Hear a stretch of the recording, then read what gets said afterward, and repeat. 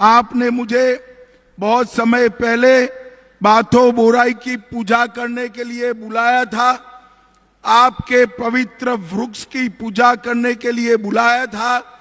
यहां से जाते वक्त मैंने कहा कि भाई मुझे कुछ साहित्य दीजिए बाथो धर्म का, और जब मैंने पढ़ा तब मुझे मालूम पड़ा कि बाथो धर्म में कितनी ऊंचाई है।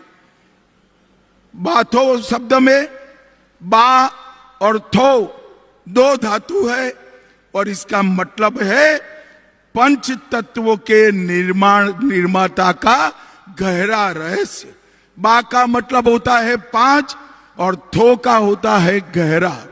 अब ये पंच तत्व अग्नि, आकाश, वायु, पृथ्वी और जल है, और यही पंच तत्व आज आपका महान धर्म की मूल नींव है। सीजो पौधे के 5 पर्ण, इसकी 5 शाखाएं, यही पंच तत्व का प्रतीक है।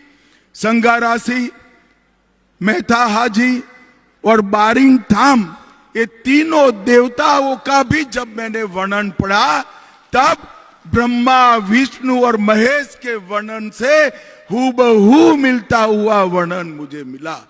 और मैं इसके बाद कई सारे स्टडी करने वाले विद्यार्थियों को आपके द्वारा दी गई पुस्तकों को पहुंचाकर बाथो धर्म को हमारे पूरे देश के अंदर एक संदेश के रूप में पहुंचाने का मैं प्रयास करता हूं।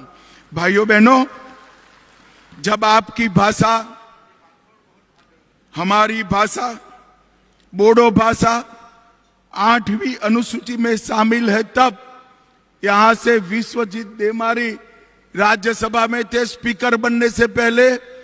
जब राज्यसभा में उन्होंने बोडो में भाषण किया तो पूरा देश आश्चर्यचकित हो गया कि देश की संसद में बोडो भाषा में कोई भाषण करता है, और इसके अनुवाद की व्यवस्था भी भारत सरकार ने की है। मित्रों, नरेंद्र मोदी जी ने पूरे उत्तर पूर्व को, पूरे नॉर्थ ईस्ट, आतंकवाद, आंदोलन, ब्लॉकेड, बंद, हिंसा, इससे मुक्त कराकर विकास के रास्ते पर आगे बढ़ाने का काम किया है। अभी अभी मोदी जी की अगुवाई में, हेमंत विश्व शर्मा की अगुवाई में आसाम में इन्वेस्टमेंट समिट हुई और 5 लाख करोड़ रुपए का इन्वेस्टमेंट हमारे आसाम में आ रहा है।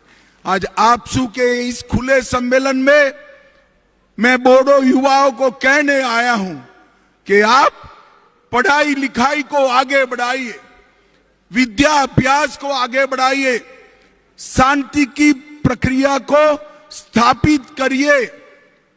भविष्य आपके लिए तैयार है। हमारे बोडो युवा भी विश्व भर के युवाओं से 2-2 हाथ करने के लिए तैयार हो, ऐसा इंफ्रास्ट्रक्चर बोडोलैंड में बनाना है। और ये प्रमोद जी है,